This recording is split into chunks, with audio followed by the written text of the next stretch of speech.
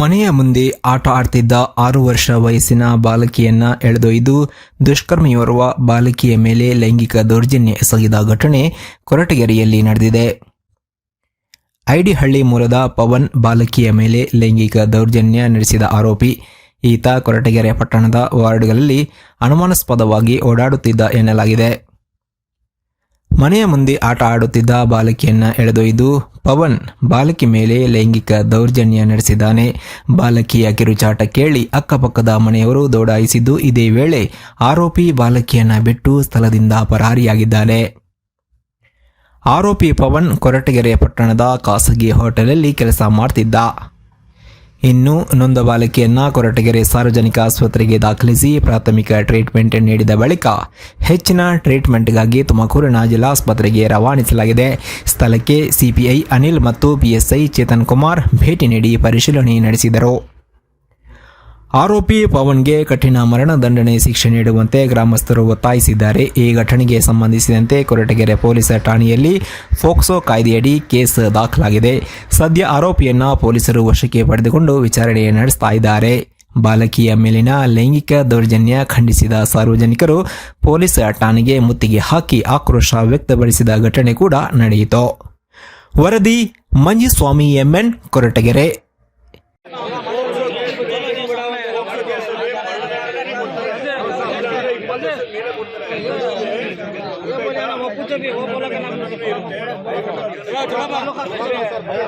ಹೌದು, ಅದೇ ತರ ಆಗಿದೆ.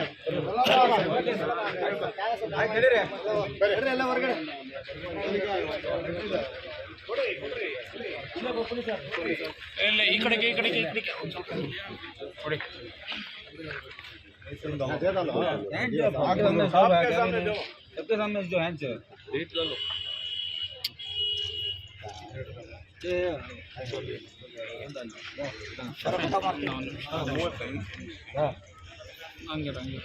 ಕೊಡಬೇಕಾದ್ರೆ ತಗೊಳ್ಳಿ. ಆಯ್ತು ಆಯ್ತು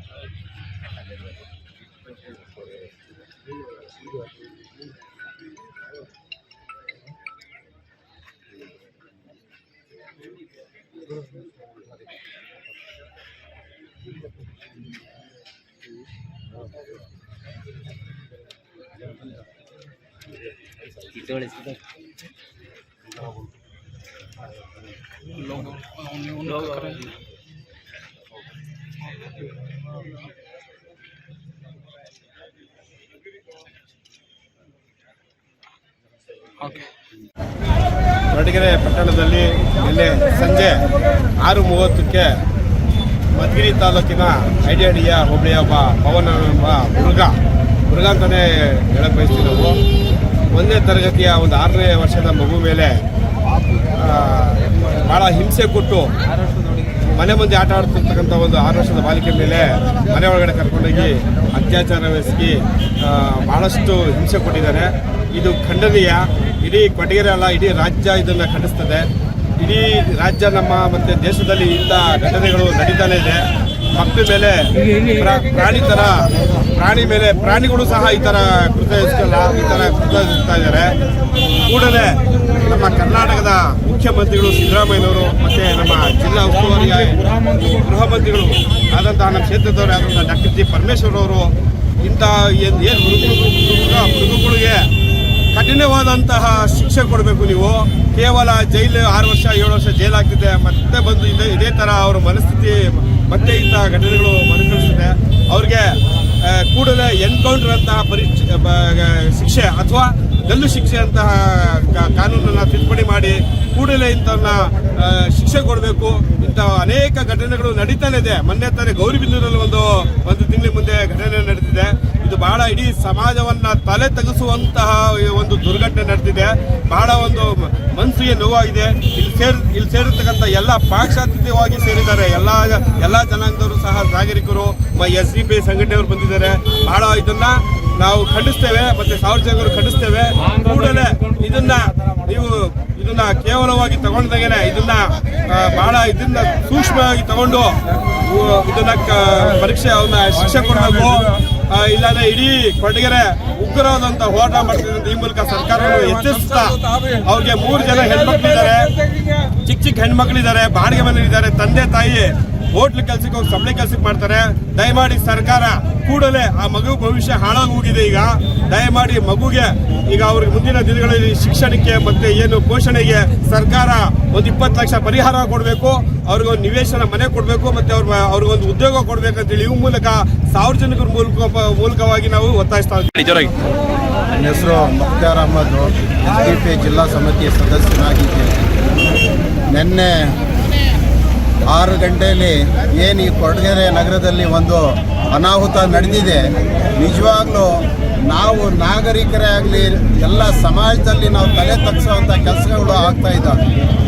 ಆದ್ದರಿಂದ ನನ್ನ ಒಂದು ಬೇಡಿಕೆ ಮತ್ತು ನನ್ನ ಈ ಕೊರಟಗೆರೆ ಜಿಲ್ಲೆ ಇದ್ದಂಥ ಎಲ್ಲ ಅತ್ಯಂತ ನಾಗರಿಕರ ವತಿಯಿಂದ ನಾನು ಸರ್ಕಾರಕ್ಕೆ ಒಂದು ಒತ್ತಾಯ ಏನಂದರೆ, ಅದು ಕೂಡ ಗೃಹ ಸಚಿವರ ಅವರ ಒಂದು ಕೇಂದ್ರದಲ್ಲೇ ಅವರ ಒಂದು ಕ್ಷೇತ್ರದಲ್ಲೇ ಇಂಥ ಒಂದು ಆಗ್ತಾ ಇತ್ತಂದರೆ ರಾಜ್ಯಾದ್ಯಂತ ಮುಂಚೆ ನಾವು ಈಗ ಮುಂದಿನ ದಿನಗಳಲ್ಲಿ ನಾವು ಯೋಚನೆ ಮಾಡಬೇಕು.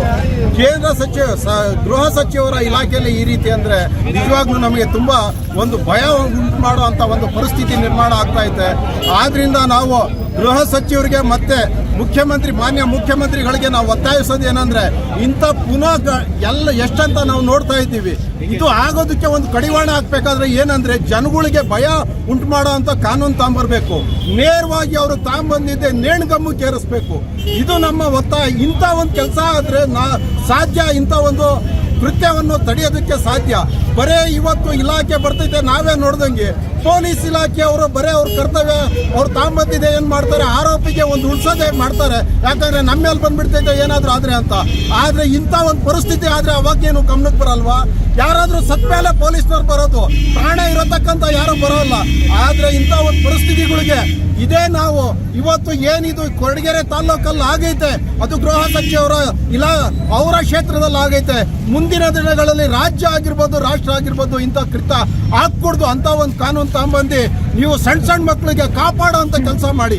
ಆ 6 ವರ್ಷದ ಮಗು ಅವ್ರಿಗೆ ಅರ್ಥ ಆಗ್ಲಿಲ್ವಾ ಆ ಪವರ್ ಅಂತ? ಅವ್ನ ಮನುಷ್ಯನೋ ಅವ್ನ ರಾಕ್ಷಸನೋ? ಇವತ್ತು ನಮಗೆ ಒಂದು ಮಾನವತೆ, ನಾವು ಮನುಷ್ಯರು ಅನ್ನೋದು ನಮಗೆ ಒಂದು ತಲೆ ತಗ್ಸುವಂತ ಕೆಲಸ ಆಗೈತೆ. ಆದ್ರಿಂದ ನಾವು ಒತ್ತಾಯಿಸ್ತಾ ಇದ್ದೀವಿ, ಮುಂದಿನ ದಿನಗಳಲ್ಲಿ ಇದೇ ರೀತಿ ಆಗ್ತಾ ಇದ್ರೆ ನಾವು ರಸ್ತೆಗೆ ಇಳಿದು ಬೇಕಾದ್ರೆ ಜೈಲು ಬರೋ ಆಂದೋಲನೆ ಆಗಿರ್ಬೋದು, ನಾವು ಯಾವುದಕ್ಕೆ ಆಗಲಿ ನಾವು ಹಿಂದೆ ಜಗ್ಗೋರಲ್ಲ. ಯಾಕಂದ್ರೆ ನ್ಯಾಯಯುತವಾಗಿ ಈ ದೇಶದಲ್ಲಿ, ರಾಜ್ಯದಲ್ಲಿ ಎಲ್ಲರೂ ಸಮಾನತೆಯಿಂದ ಬಾಳ್ಬೇಕು. ಸಣ್ಣ ಮಕ್ಕಳಿಗೆ ರಕ್ಷಣೆ ಬೇಕು, ಇಲ್ಲಿ ಮಹಿಳೆಯರಿಗೆ ರಕ್ಷಣೆ ಬೇಕು. ನಾಗರಿಕರ ಪ್ರತಿಯೊಂದು ನ್ಯಾಯಯುತವಾಗಿ ಬಾಳುವಂತ ನಾಗರಿಕರಿಗೆ ರಕ್ಷಣೆ ಬೇಕು. ಇದೇ ನಮ್ಮ ಒತ್ತಾಯ. ನಮಸ್ಕಾರ. ನಾವು SDP ತುಮಕೂರು ವತಿಯಿಂದ ಬಂದಿದ್ದೇವೆ. ಈ ದಿನ ಕೊರಟಗೆರೆ ಟೌನಿನಲ್ಲಿ ಒಂದು ದುರ್ಘಟನೆ ನಡೆದಿದೆ. ಈ ದುರ್ಘಟನೆಯು ಒಬ್ಬ ಮಧುಗಿರಿ ತಾಲೂಕಿನ ಐಡಹಳ್ಳಿ ಗ್ರಾಮದ ಪವನ್ ಎಂಬುವನು ನಡೆಸಿರುತ್ತಾನೆ. ಒಂದು 6 ವರ್ಷದ ಹೆಣ್ಣು ಮಗುವಿಗೆ ಅತ್ಯಾಚಾರ ಮಾಡಿ ಹಿಂಸೆ ಕೊಟ್ಟು ಅವಳನ್ನು ರೇಪ್ ಮಾಡಿದ್ದು ತಿಳಿದು ಬಂದಿದೆ. ನಮ್ಮ ಎಲ್ಲ ನಾಗರಿಕರನ್ನ ಕೇಳಿಕೊಳ್ಳುವುದೇನೆಂದರೆ, ಆ ಮಗುವಿನ ಭವಿಷ್ಯಕ್ಕಾಗಿ ನಮ್ಮ ಪಕ್ಷದ ವತಿಯಿಂದ ಮತ್ತು ಸರ್ಕಾರದ ವತಿಯಿಂದ ಮತ್ತು ಸಾರ್ವಜನಿಕರಿಂದ ಆ ಮಗುವಿಗೆ ಒಂದು ಮನೆ, ಈ ಘಟನೆಯ ಬಗ್ಗೆ ನಾವು ರಾಜ್ಯಾದ್ಯಂತ ಮತ್ತು ಜಿಲ್ಲಾದ್ಯಂತ ಇದನ್ನು ಹೋರಾಟನ ಹಮ್ಮಿಕೊಂಡಿರ್ತೀವಿ. ನಮ್ಮ ತಾಲೂಕಿನ ಮತ್ತು ನಮ್ಮ ಕೊರಟಗೆರೆ ಮುನ್ಸಿಪಲ್ ಮಾಜಿ ಕೌನ್ಸಿಲರ್ ಆದ ನಾಯಾದರು ಸಹ ಕೇಳಿಕೊಂಡಿರುತ್ತಾರೆ. ಈ ಬಗ್ಗೆ ಎಲ್ಲ ಸಮಸ್ತ ಜನಾಂಗ ನಾನು ಕೇಳಿಕೊಳ್ಳುತ್ತಾರೆ. ಆ ಮಗುವಿನ ಬಗ್ಗೆ ನಾವು ಕಾಳಜಿ ವಹಿಸಿ ಸರ್ಕಾರದಿಂದ ಬರುವ ಎಲ್ಲ ಪರಿಹಾರವನ್ನು ಕೊಡಿಸಿಕೊಡಬೇಕೆಂದು ನಾನು ಸರ್ಕಾರಕ್ಕೆ ಮತ್ತು ಎಲ್ಲ ಪಕ್ಷದ ವತಿಯಿಂದ ಮತ್ತು ಎಲ್ಲ ಸಾರ್ವಜನಿಕರ ವತಿಯಿಂದ ಶಿಕ್ಷಣ ಆ ಮಗುವಿನ ಪೋಷಕರಿಗೆ ಒಂದು ಸರ್ಕಾರಿ ಕೆಲಸ ಕಾರ್ಯಗಳನ್ನು ಕೊಡಿಸಿಕೊಡಬೇಕೆಂದು ನಾನು ಎಲ್ಲರ ಪರವಾಗಿ ನಮ್ಮ SDPC ಆ ವ್ಯಕ್ತಿಗೆ ಉಗ್ರವಾದ ಕಠಿಣವಾದ ಶಿಕ್ಷೆಯನ್ನು ಪೋಕ್ಸೋ ಕಾಯ್ದೆಯಡಿ ಕೊಡಬೇಕೆಂದು ನಾನು ಎಲ್ಲರಲ್ಲೂ ಪರವಾಗಿ ಕೇಳಿಕೊಳ್ಳುತ್ತೇನೆ.